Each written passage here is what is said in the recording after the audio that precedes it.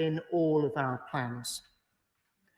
The magnificent efforts of all the leaders, teachers and staff in all of our schools and colleges have ensured that settings are as safe and COVID secure as possible. But we must always act swiftly when circumstances change. The evidence about the new COVID variant and rising infection rates have required some immediate adjustment to our plans for the new term. This is, of course, a rapidly shifting situation, but some things remain constant. We continue to act to preserve lives and safeguard the National Health Service. And we continue to protect education by putting children first. Above all, our response is proportionate to the risk at hand and makes every use of the contingency framework that we put in place earlier this year.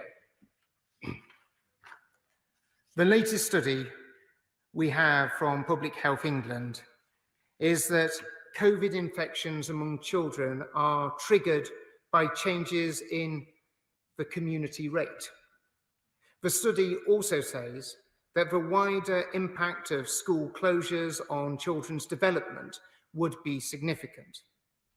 I'm quite clear that we must continue to do all we can to keep children in school. Taking all these factors into account means that we have had to make a number of changes for the new term in order to help with breaking chains of transmission and to assist with keeping all of our children and our education settings as safe as we can. The fact that we have managed to do this so successfully throughout the entire pandemic is due to the incredible dedication of all our teachers, leaders and support staff, and I know that the House will join me once more in thanking them for everything that they continue to do to keep children learning as safely as possible. Accordingly, we'll be opening the majority of primary schools as planned on Monday, the 4th of January. We know how vitally important it is for younger children to be in school for their education, well-being and wider development. In a small number of areas where the infection rates are highest, we will implement our existing contingency framework such that only vulnerable children and children of critical workers will attend face-to-face. We will publish this list of areas today on the gov.uk website. I'd like to emphasise that this is being used only as a last resort. This is not all Tier 4 areas, and that the overwhelming majority of primary schools will open as planned on Monday.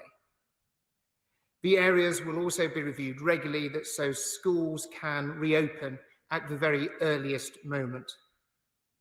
Ongoing testing for primary school staff will follow later in January, and we will be working to establish an ambitious testing programme, helping to break chains of transmission and reducing the need for self-isolation where students and staff test negative for the virus.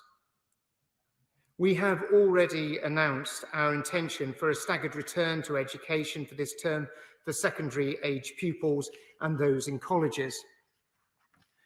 Because the COVID infection rate is particularly high among this age group, we are going to allow more time so that every school and college is able to fully roll out testing for all of its pupils and staff. I would like to thank school leaders and staff for all of their ongoing work in preparing this. This kind of mass testing will help protect not just children and young people, it will benefit everyone in the community. It will break those chains of transmission that are making infection rates shoot up. This in turn will make it safer for more children to physically return to school. All pupils in exam years are to return during the week beginning the 11th of January, with all secondary school and college students returning full-time on the 18th of January. During the first week of term, on or after the 4th of January, secondary schools and colleges will prepare to test as many staff and students as possible and will only be open to vulnerable children and the children of key workers. The 1,500 military personnel committed to supporting schools and colleges will remain on task, providing virtual training and advice on establishing the testing process, with teams on standby to provide in-person support if required by schools. Testing will then begin the following week in earnest, with those who are in exam years at the head of the queue. This is in preparation for the full return of all pupils in all year groups on the 18th of January in most areas. To allow this focus on establishing testing throughout the first week of term, exam year groups will continue to have lessons remotely in line with what they would receive in class, and only vulnerable children and children of critical workers will have face-to-face teaching. As with primary schools, we'll be applying our existing contingency framework for education in areas of the country with very high rates of COVID infection or transmission of the virus. This will require secondary schools and colleges to offer face-to-face education to only exam years, vulnerable children and children of critical workers, with remote education being given to all of the students if they are in one of those contingency framework areas. We're also asking universities to reduce the number of students who return to campus at the start of January, prioritising students who require practical learning to gain their professional qualifications. All university students should be offered 2 rapid tests on return in order to reduce the chance of spread of COVID. To support remote education and online learning during this period, the government expects to deliver more than 50,000 devices to schools across the country on the 4th of January alone, and over 100,000 altogether during the first week of term. This is in addition to the 560,000 devices that have already been delivered, as we continue aiming for a target of over 1 million devices to be distributed for the children who need them most. This programme is now being extended to include students aged 16 to 19 in colleges and schools. So often, Mr. Speaker, we have had to close things down to try and beat this awful disease. But with schools, our best line of attack is to keep them open using mass testing tools that we now have available, so that we can ensure that children are able to continue to gain the benefit of a world-class education. As we continue to hear more encouraging news about the vaccine rollout, I am more determined than ever that children will not have to pay the price for beating COVID.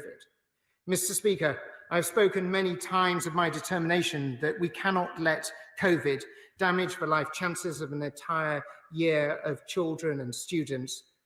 With these plans, which allow for rapid testing and a controlled return of schools, I'm confident that we can minimise the latest health risks posed by the virus, and I commend the statement to the House.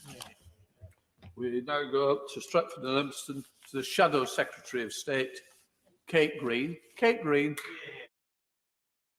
Mr. Speaker, before I begin, I'd like to place on record my thanks and the thanks of the whole Labour Party to every leader, every teacher and lecturer, the support staff, early years professionals and social workers who've moved mountains to keep children and young people safe and educated in the face of enormous odds. They deserve not just the thanks of this House, but genuine support. And I hope when he stands up again, the Secretary of State will give more information about that support. May I also thank the Secretary of State for advance sight of his statement, but the truth is we should not be in this position. Only days before many schools should have been opening again to all pupils, the Secretary of State has announced that many will not be returning as planned. This delay and disruption to children's education is a direct result of government's failure. They've lost control of the virus. Now they're losing control of children's education. The cost to pupils, the pressure on staff, and the challenges for families caused by school closures are huge. But we know that action must be taken to control the virus. So is the Secretary of State confident that the measures he's announced today will control the virus, and will he publish SAGE's advice on this issue? There is consensus across the House that the best place for children is in school, but the government's failed to give schools the support they need to make that happen. For months, Labour's been calling for mass testing in schools. The Secretary of State announced it just before schools broke up for Christmas, creating huge additional work for overstretched school staff. But just 2 weeks later, it's clear his plan has failed, and many schools will not open as planned next week. Can he tell us how many schools do now have testing infrastructure in place, and how many will have it next week and the week after? Can he guarantee that every school will have the testing it needs when due to open again? Mr. Speaker, the Secretary of State's announcement that some primary and secondary schools will not reopen to pupils in January will be a cause of huge concern to parents. Can you tell us how many primary and secondary schools will not be opening, how many pupils will be affected, and will students not in exam classes receive remote teaching while their school is closed? I'm hugely concerned that even with school open to them, the most vulnerable children may simply not attend. Can the Secretary of State tell us how he plans to keep them safely in school in the weeks ahead? I'm glad the Secretary of State announced an expansion to remote learning, but I remain concerned that it's not sufficient to support all pupils. Can he guarantee that every pupil will have the device and the connectivity that they need to learn? And will he ensure that this is available for every child whose school isn't open? Will there be any support for parents with children who can't attend school? Can he confirm that parents can be furloughed if they have childcare commitments? Can this also happen on a flexible basis that allows parents, and particularly mothers, to balance work with caring for their children? Many people who are clinically extremely vulnerable will be concerned about a return to school, whether they are vulnerable parents of a child or a vulnerable member of staff. What reassurance and support can he give to them? Mr. Speaker, it's been reported in recent days that teachers will be prioritised for vaccination, but an announcement today suggested there wouldn't be prioritisation based on occupation, and I understand the clinical priorities for the first phase of the vaccination programme. But does the Secretary of State believe that not only teachers, but all school staff, including in special schools, should be prioritised for vaccination thereafter in order to protect them and safeguard children's education? Turning to exams, Mr. Speaker, the government's failure to get a grip on the virus has caused huge disruption to pupils' education, disruption that will continue into the new year. Will the Secretary of State be making any changes to his plans to reflect this? Labour said time and again that there needs to be a credible plan B in the event of disruption continuing that means exams can't take place fairly. This is now urgent. Over 100,000 young people will be taking exams in the next few weeks in BTECs and other vocational qualifications. Can the Secretary of State tell us what he's doing to make these exams fair? The Secretary of State told us weeks ago about the expert group on learning loss, but at the time couldn't tell us who was on it, when it would sit and when it would report. Can he answer those questions today? And I welcome the decision to delay the return of students to university in January, sadly necessary for public health. Can the Secretary of State confirm he's discussed this with unions and university and student representatives? In conclusion, Mr. Speaker, we should never have been in the position we're in today. If the government had acted quicker, followed the science, and given schools the support that they needed throughout this pandemic, we wouldn't be facing a new year with this new wave of infections and huge disruption to the lives of pupils, their families, and staff across our education system. The government have lost control of the virus, and it's children and young people across the country who are paying the price. Secretary of State.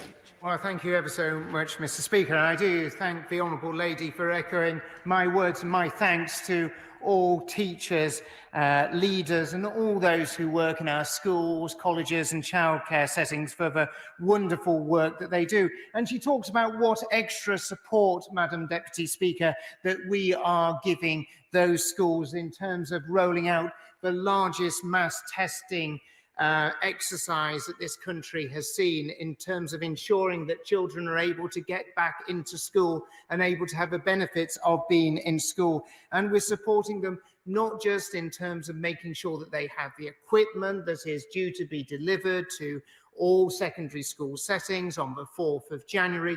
We're also supporting them with extra finance, a package of £78 million in order to help them get this mass testing programme set up, established, and there to test all students and all staff as they return back into secondary school. This is about taking the opportunity to be able to have a real opportunity to beat back this virus, have a real understanding of where the infection is within the community, and making sure that schools are even safer than they have already been. She asks about the SAGE advice, and of course, as the Honourable Lady knows full well, that it is SAGE that publishes its advice, and it will of course publish its advice soon. The contingency framework, again, this is something that was published and has been a public document for a number of months now, so I'm sure the Honourable Lady has had the opportunity to look at it, and it makes quite clear that actually those schools that are placed in part of a contingency framework, there needs to be the continued delivery of remote education in those schools. And just to be clear, those children who are in exam group years will be returning back into secondary school, even if they're in a contingency framework area on the 11th of January. She rightly highlights the issue of vulnerable children. I think that our school system can be rightly proud, as well as our local authorities and social workers, for the amazing work that they have been doing with those children who are most vulnerable in society, to ensure that we do everything to get them attending school, making sure that they have the protection of school around them. And those efforts, working with local authorities, working with the police and working with schools, will continue. And finally, she raises the issue that there are many students who are about to take examinations in technical and vocational qualifications in the early part of January. Those assessments will continue as planned in those educational establishments that are delivering them. Now we go to Harlow, to the Chairman of the Select Committee, Robert Halfon. Thank you, Madam Deputy Speaker. I believe that my right honourable friend wants to keep schools open and teachers and children safe. However, I have real worries about the effect of school closures, particularly hurting vulnerable children and putting enormous pressures on parents. Can I ask him to set out what risk assessment the government has made on the impact of school closures for millions of pupils on educational inequality, well-being and mental health, especially when the Royal College of Paediatricians has stated that eating disorders amongst young people has gone up by fourfold, partly because of school closures and social isolation?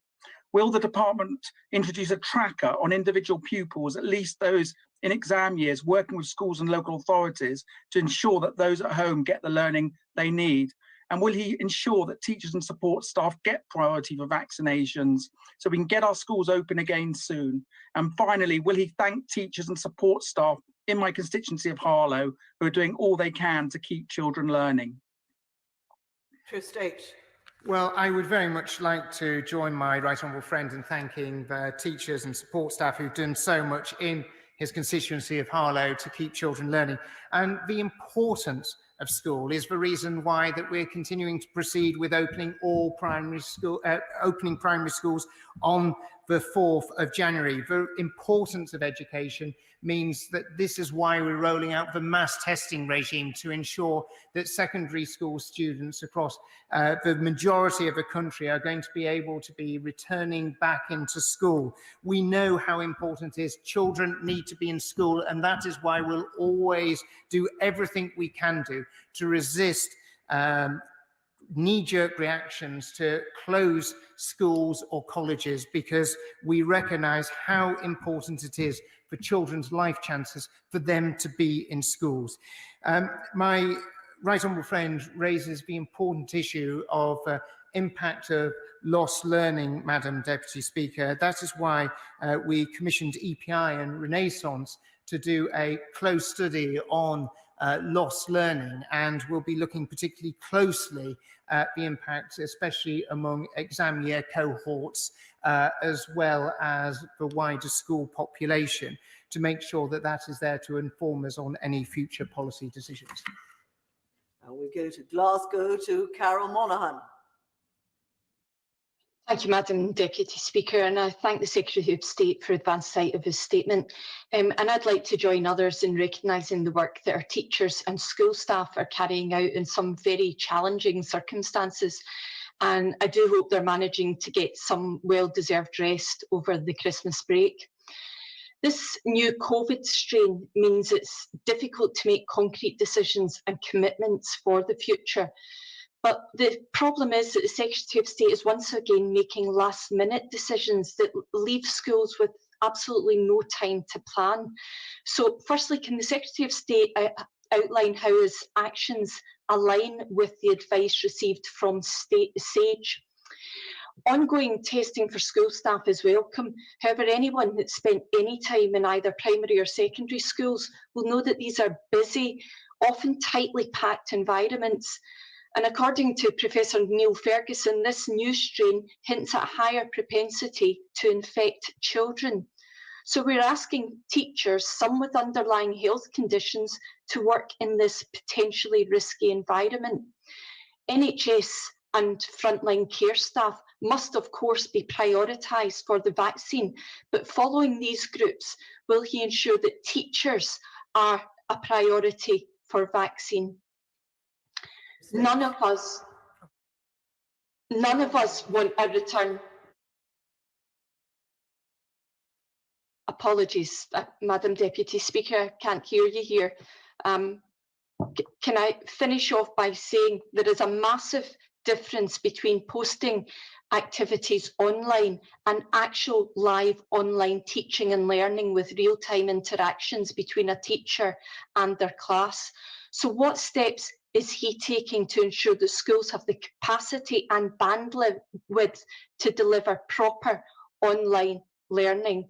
And will the Secretary of State accept that he may need to amend his current strategy if the need should arise? Secretary of State.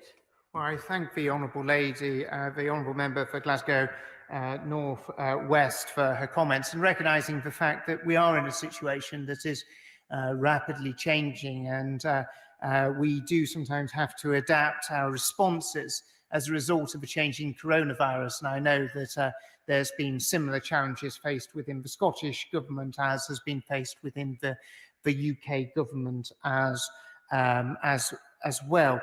We do recognise the fact that this new strain means that we have to take a different approach, and that is why we've moved from saying that the mass testing regime that we're rolling out within secondary schools has to move from being something that was optional and an offer to schools, but something that we're requiring schools to do.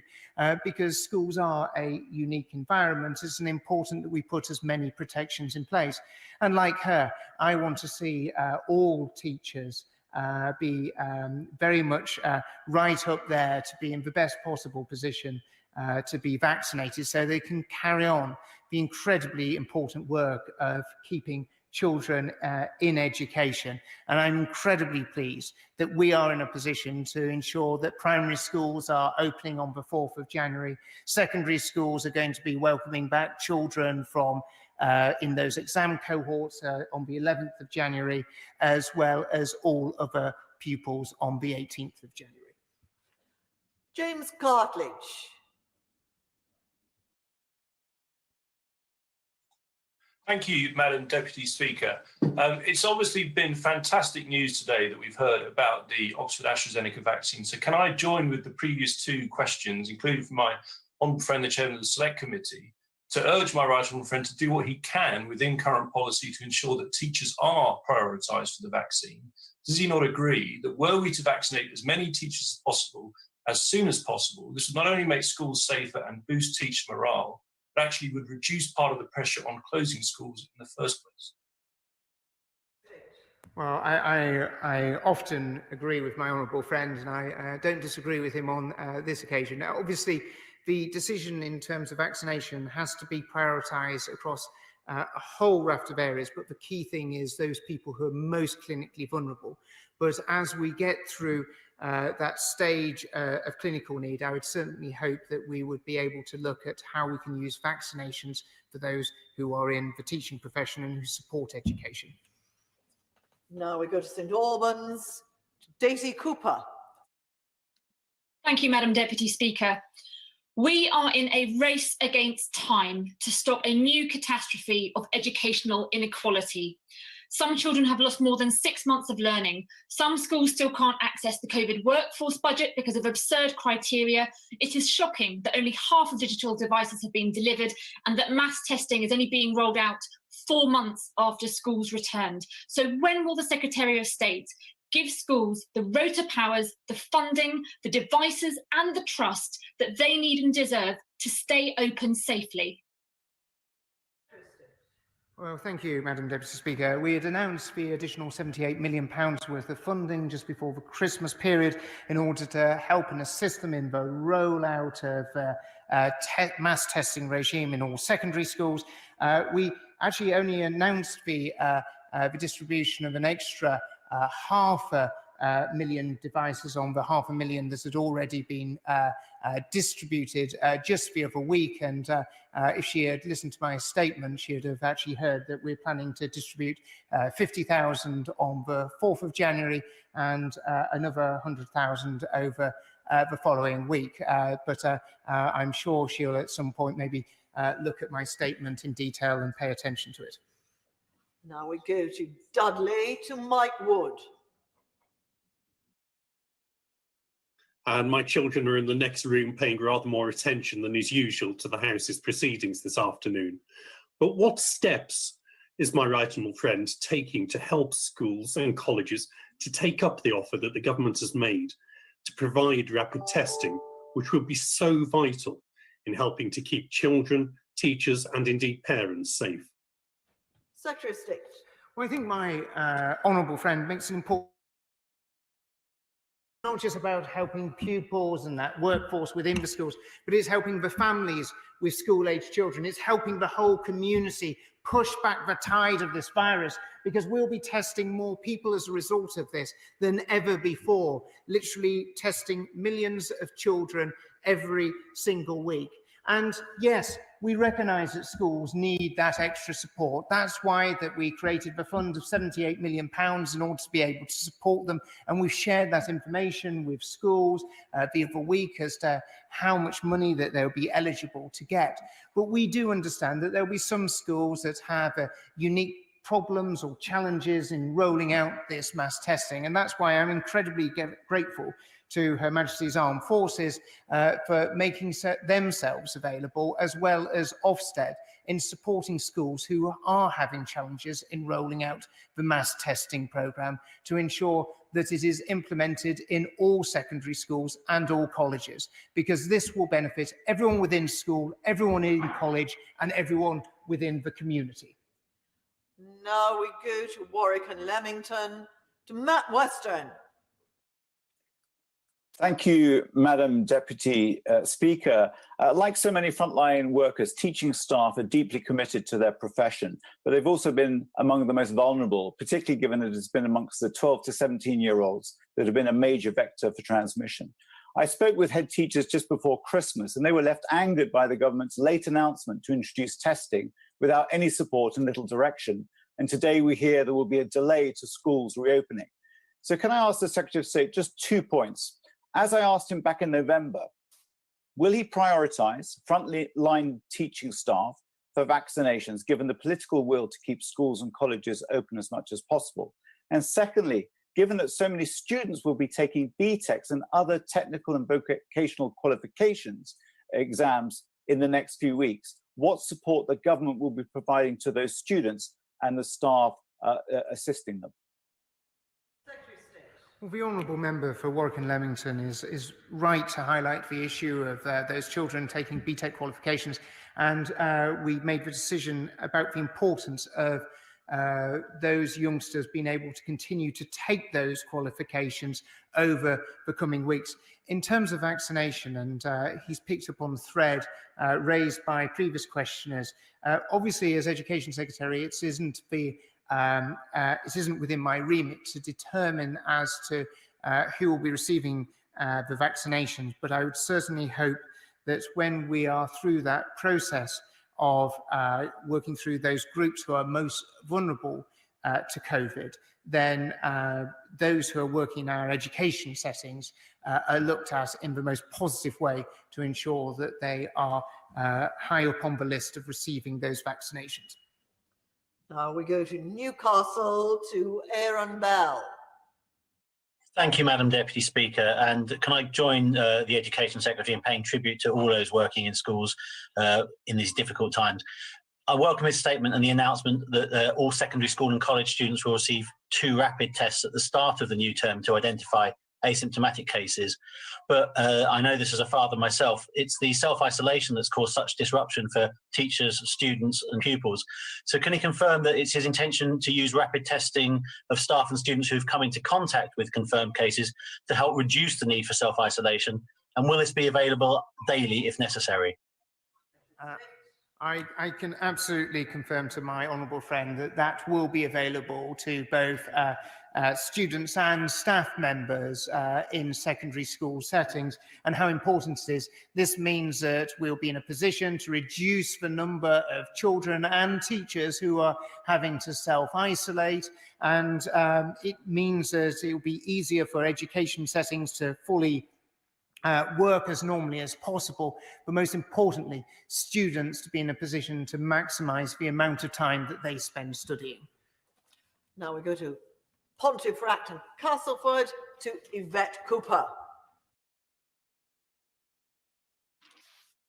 Thank you, Madam Deputy Speaker.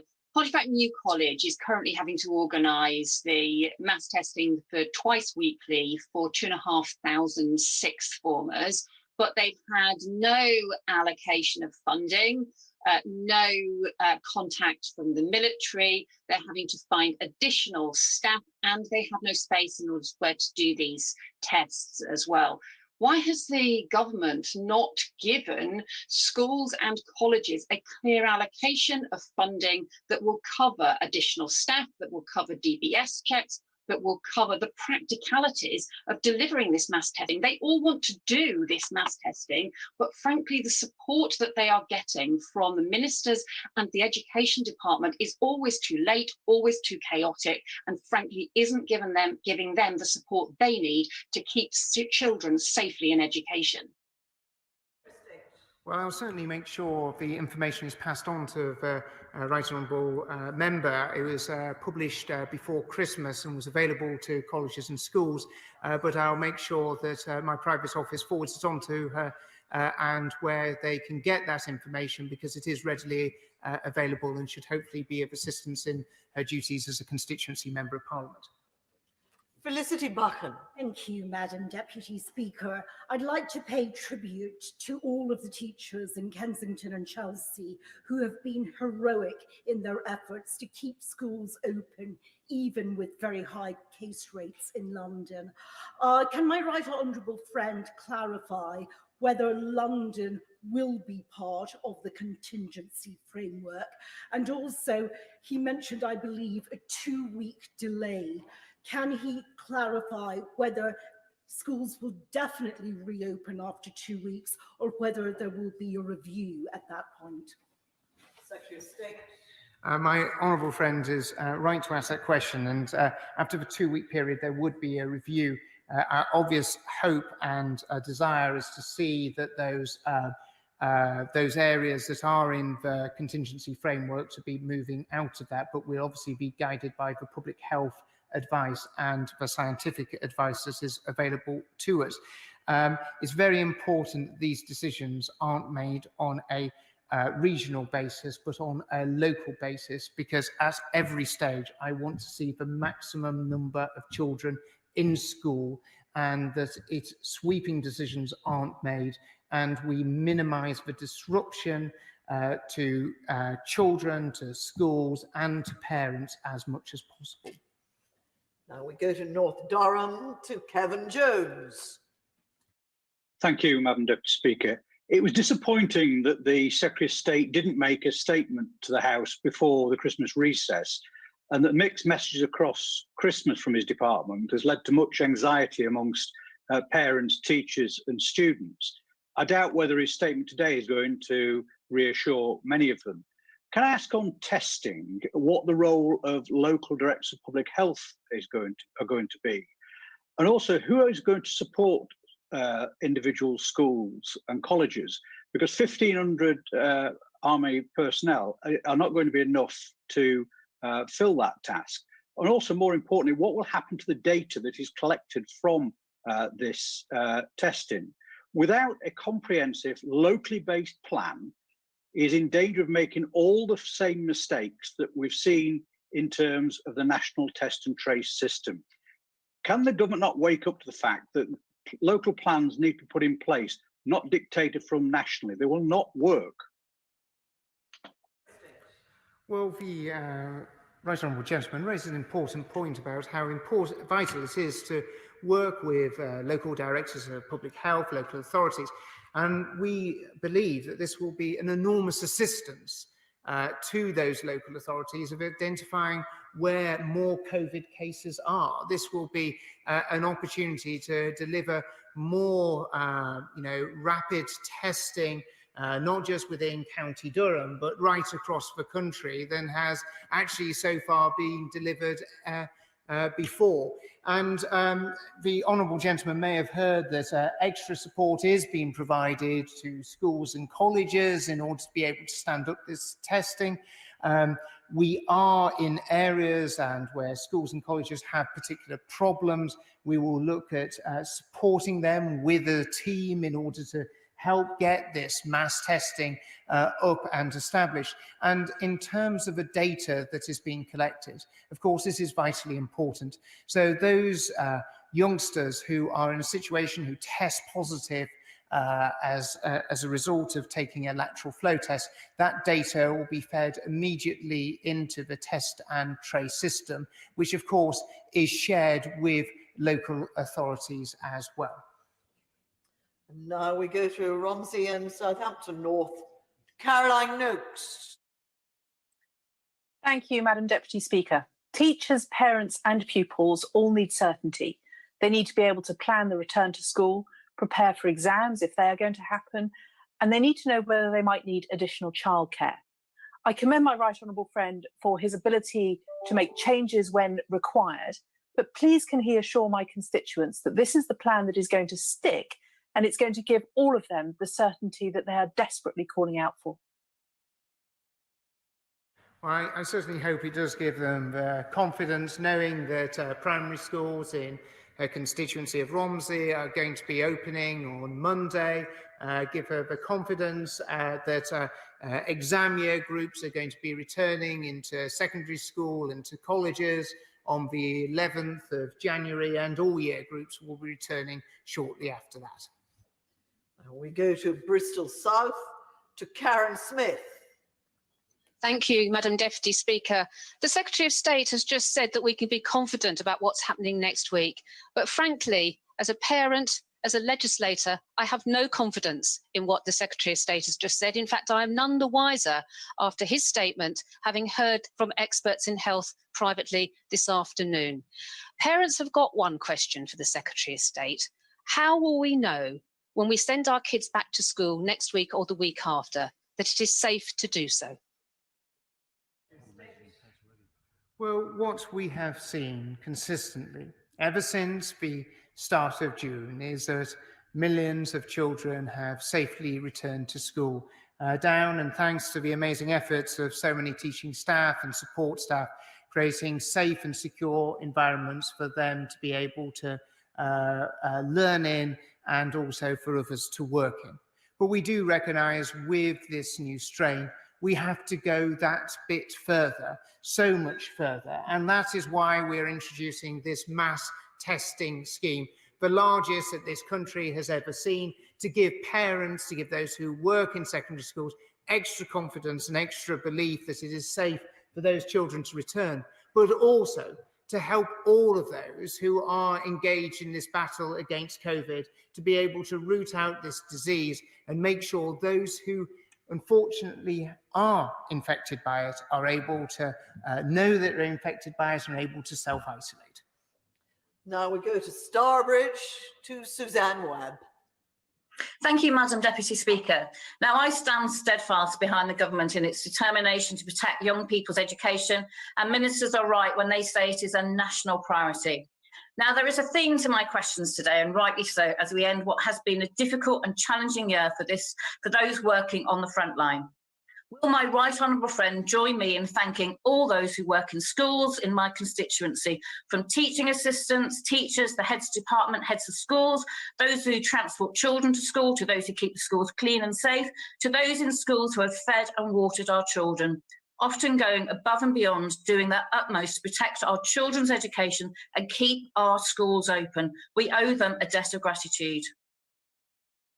Well, I would certainly like to join my honourable friend and constituency neighbour in thanking all of those who are working in education settings right across Stourbridge and, of course, right across the country. And, of course, many children in my constituency benefit through travelling into Stourbridge to benefit from some of the brilliant schools that are provided in her constituency. Teachers, support staff have done an amazing job. And yes, it is true to say that we are asking even more of them, Madam Deputy Speaker. But the reason we're asking them to do more, because we realise and understand how vitally important it is to do absolutely everything possible to keep schools open and ensure children continue to benefit from the education we want to see every child get. Meg Hillier. Thank you, Madam Deputy Speaker. We all know